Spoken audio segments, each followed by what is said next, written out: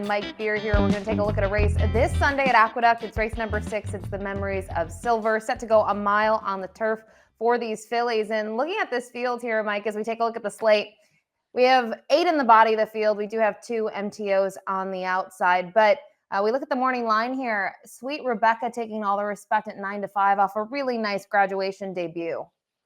I actually feel like this is a pretty good field here. There's some talent in this race, but after you go back and watch the debut from Sweet Rebecca, who is now in Chad Brown's barn, hard not to think she's not going to be favored in here. Ashley, she ran really, really well first time out. She certainly did. And some other horses, though, were able to graduate in their most recent starts. Faith Understood, Miss Motley, even Curlin's Girl. A lot of horses either have that going for them or they've coming out of graded stakes races, such as Living Magic. So we'll take a look here at the Timeform US pace projections. And in terms of the pace, I mentioned Living Magic coming out of those stakes races. Now, she necessarily wasn't as forward as she would have wanted to be last time out in the Appalachian, but prior to that, she's shown the ability to be quite forward from the gate. I feel like she is going to get forward in this race for sure. The pace of this race, though, probably all lies into the hands of the 8 Money Grab. Actually, if this horse is going to run here, and she's never run on turf before, and there's some real questions about how much class she actually has. But if they're going to start her in this race, first time on turf, they're clearly going to the lead with her. Yeah, and you mentioned she's got post 8, but I think the race to Keon is the 1-2 back on March 14th. They went a mile. They went pretty quick, and she was part of the pace there and was able to prevail 46-1 to the half. So I agree with you. I think, she's going to force things early. And just to denote, the horse to her inside, nothing. Christophe Clement's horse does have the LP flag attached to that one. So we'll kick it off here with the number 1 at Curlin's Girl. I mentioned several horses can't come into this race off a maiden victory. It took her a while to do it. They had her on turf on debut sprinting, then 2 starts back on the turf at Gulfstream going 7.5, which is 2 turns. But her actual graduation score came on the Tapeta. Not sure. It was a big field, but what did she really face? Yeah, I'm not sure that she beat a very good field last time. I guess you can take consolation if you like her that she won that race pretty impressively and won it very easily. I like that she paired up her figure too. I'll be honest, I'm a big fan of hers. I think she has a lot of talent, and I know that they, tried a couple of dirt races with her over the winter. But to me, she's a turf horse. Her debut, it was a sprint, but it was a really good performance. And even her turf race 2-back, she was only second best there, but she ran well that day. And the winner of that race is pretty good. Yeah, as I mentioned, I'm not sure what she faced last time out, but she visually looked good doing it. And honestly, she just tries every single start. We've seen that time and time again. And as you've mentioned, they've played a couple of games with her changing things around. Now, the number 2, Sweet Rebecca, we're going to take a look at a replay. And Mike, I know we're both really excited about this horse. The debut, talk about having issues right out of the gate. This horse has to check severely, had post 8 in the spot. And that's just the beginning of her problems. I think from this sort of angle, she had so many horses in front of her. She gets very keyed up here, and she's going to continue to kind of act up here in the first turn.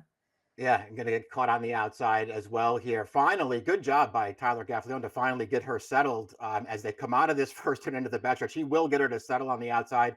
And now you pick up the replay at the top of the stretch. He just moves her widest, and you'll see the finish that she puts in. I mean, I don't know. This is just really, really impressive stuff. She runs this field right over all that. The stuff you noted at the beginning of the replay could get any horse beat, let alone a first-time starter. No problem for this filly. No, and he didn't seem to really have to ask her either in the stretch, just encouraged her, really didn't show her the whip. And, you look at the kind of run to the first turn, she had her head up. I mean, she was erratic, and you could see Tyler in the irons almost lost his balance a little bit because she just was trying to figure out where to go and what to do. So I thought it was a very impressive debut, and now moves to the barn of Chad Brown. Up next is the 3, Faith Understood, a horse that was able to graduate in her most recent outing. And, it was at Keeneland. You look at this race at 1 mile and 3/16. Change of tactics. She went to the front. They didn't make an equipment change or anything like that, but going longer, she was able to be forwardly placed here, and she's going to do everything that she needs to get up in time. Like the move forward she makes in this race. I sort of viewed her debut on the all-weather surface at Turf. It sort of looked like that as a prep race. She was only the first-time starter in there. They didn't really ask her to do much. Way more forward from the gate in this race, right up on the pace.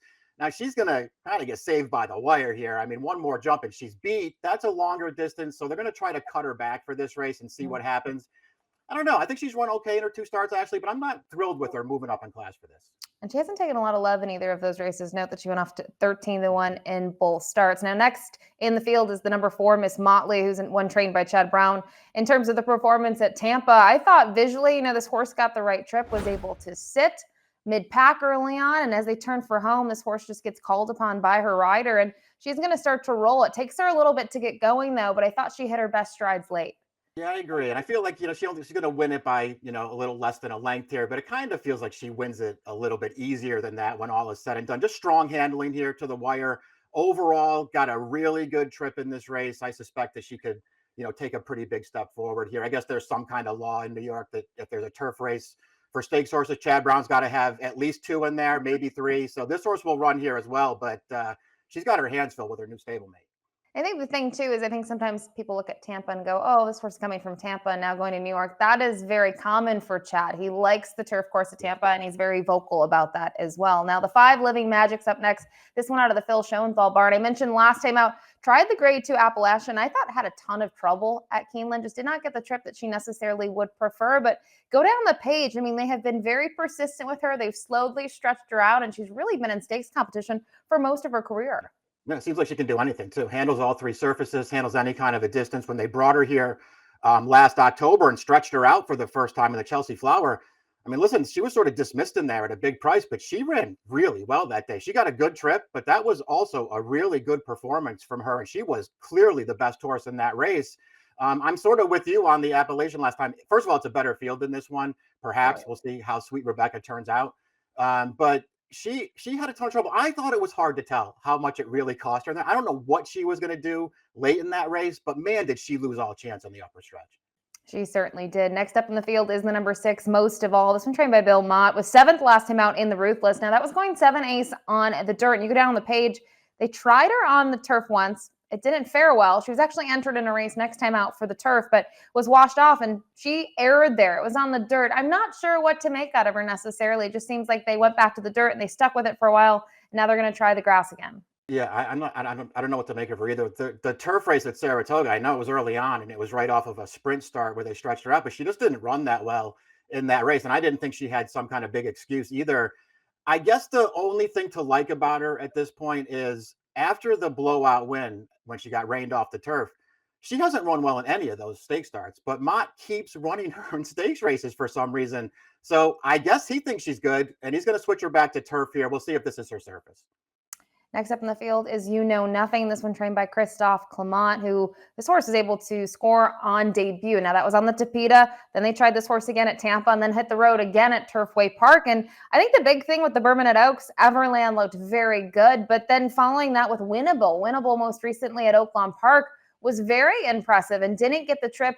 Neon Beach got the trip, Winnable didn't, and this one was able to prevail with an outside post. I think that really bodes well for a horse like You Know Nothing, who is really just 2 lengths behind the winner. Yeah, Dre. I thought she ran really well in that race too, because she made the big early wide move in there and actually got into contention. She flattened out a little, but the winner just sort of sat on the inside and got a perfect run up the rail. I thought this horse ran an underrated race last time. She lost at 2-5 in her only turf start at Tampa, but she ran great that day and had absolutely no chance trying to come from last into a really slow pace. She has a really big finish, and it doesn't really necessarily show up on paper. I think she's way better than she looks. I think so too. The 8 Money Grab rounds out the main body of the field here. This one trained by Horacio De Paz was 9th last time out in the Gazelle. Prior to that, though, they've kind of kept her against New York breds for the most part, and she's fared well. But again, a similar story such as the one that we talked about with Most of All. This horse is primarily raced on the dirt. Yeah, I mean, I guess there's got to be at least some chance that she gets loose on the lead in here and gets brave. But it's to me, it's almost impossible to make her competitive with this field. And then if this were to be washed off and run on the main track, there is the 9 Camera and the 10-13 Red Flags. Camera would be 8-5 on the morning line. Obviously has really stepped it up now as a 3-year-old filly. Her last 2 races have been quite strong. I don't know if you have any thoughts on her in general in case there's wet weather. Yeah, I mean, listen, I guess she'd be in a good spot if it comes off the turf. So far, she's been a little bit of a bust as they paid a pretty big price for her. She hasn't really run that well in any of her races. I guess I would just wait and see who stays in the race if it comes Right. off the turf, because Canberra's got to be a vulnerable favorite in my eyes. And the 10-13 red flags rounds out the field. Was fourth last time out. Looks to be interesting. They tried something different with her last time. I think she was more close Yeah. to it early on because they didn't go as fast as some of her other races. But another one, a New York bred, got to step up and probably face deeper waters in this field.